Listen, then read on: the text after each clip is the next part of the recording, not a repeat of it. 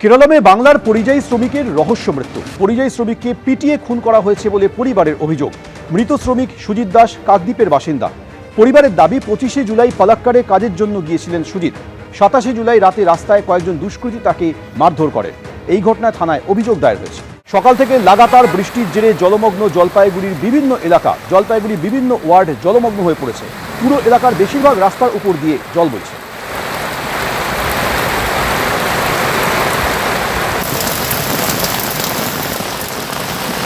জলপাইগুড়ির ছবি আপনারা দেখছেন। সকাল থেকে লাগাতার বৃষ্টি হয়ে চলেছে, আর এই কারণে জলপাইগুড়ির বিভিন্ন এলাকা জলমগ্ন হয়ে পড়েছে। পাশাপাশি বেআইনি বালি তোলার বিরুদ্ধে অভিযান পুলিশের। গোসাবাতেও আটক 5টি বালি বোঝাই নৌকো। চণ্ডীপুর ফিশারি ঘাট থেকে সোনাখালীতে যাওয়ার সময় আটক করা হয় এই 5টি নৌকো। বালি তোলার কোনো বৈধ নথি ছিল না বলে পুলিশের দাবি। 5 জন গ্রেফতার হয়েছে। বালি চুরির বিরুদ্ধে অভিযান। উত্তর 24 পরগনার বাদুড়িয়াতেও 8 জনকে গ্রেফতার করা হয়েছে। ইছামতি থেকে অবৈধভাবে বালি তোলার বিরুদ্ধে অভিযান বাদুড়িয়া থানার পুলিশের। বালি খননের বৈধ অনুমতি না থাকায় আটক করা হয়েছে বালি বোঝাই 6টি নৌকো। নৌকো থেকে বালি নামানোর সময় 8 জনকে গ্রেফতার করা হয়। টুলু মণ্ডলের খাস তালুক মোহাম্মদ বাজারে এবার বালি চুরির বিরুদ্ধে অভিযান। ময়ূরাক্ষী নদীর চরে অভিযান। বিএলএল দপ্তরে আটক 5টি ট্রাক্টর। নিয়ম বহির্ভূতভাবে গভীর রাতে চুরি করে বালি তোলা হচ্ছিল বলে অভিযোগ। সেই সময় অভিযান হয়।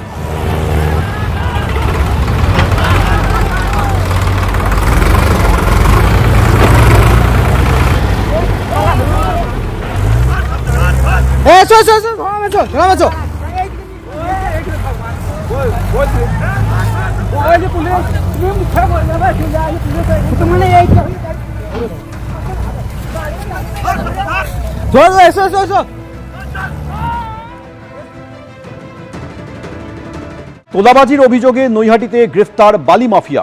বালি পাচারের অভিযোগে পুলিশের জালে মনোজ দাস।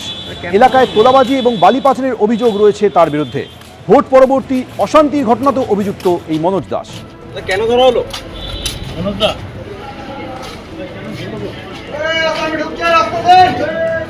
বাম আমলে বিতাড়িত হয়েছিলেন, বিজেপি জমানায় প্রত্যাবর্তন হলো। 19 বছর পর কলকাতায় ফিরলেন তসলিমা নাসরিন। 19 বছর আগের কলকাতা এখন আর নেই, অনেকটাই বদলে গিয়েছে। আমি ভাবতেও পারিনি কোনোদিন যে কলকাতায় ফিরতে পারবো, বললেন তসলিমা নাসরিন। দিদি, এই যে প্রায় 2 দশক পর কলকাতায় ফেরা, যে অভিজ্ঞতা নিয়ে কলকাতা ছেড়েছিলেন আর আজকে যে অভিজ্ঞতা নিয়ে কলকাতায় এলেন, দুটো যদি বলেন। এয়ারপোর্ট থেকে কলকাতায় নিশ্চয়ই গাড়িতে দেখতে দেখতে এসছেন। হ্যাঁ, অনেকটাই বদলে গেছে। সেই 19 বছর আগের কলকাতা এখন আর নেই। তবে আমি যে ফিরতে পেরেছি এটাই আমার কাছে খুব আনন্দের বিষয়, কারণ আমি তো ভাবতেও পারিনি যে আমি কখনো কলকাতায় ফিরতে পারবো।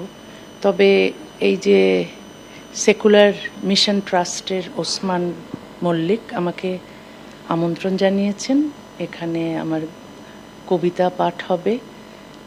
তো তিনি ব্যবস্থা করেছেন সিকিউরিটির, মানে পশ্চিমবঙ্গ সরকারের কাছে অনুরোধ করেছেন, তো সরকার রাজি হয়েছেন, সে কারণে আমি আসতে পেরেছি।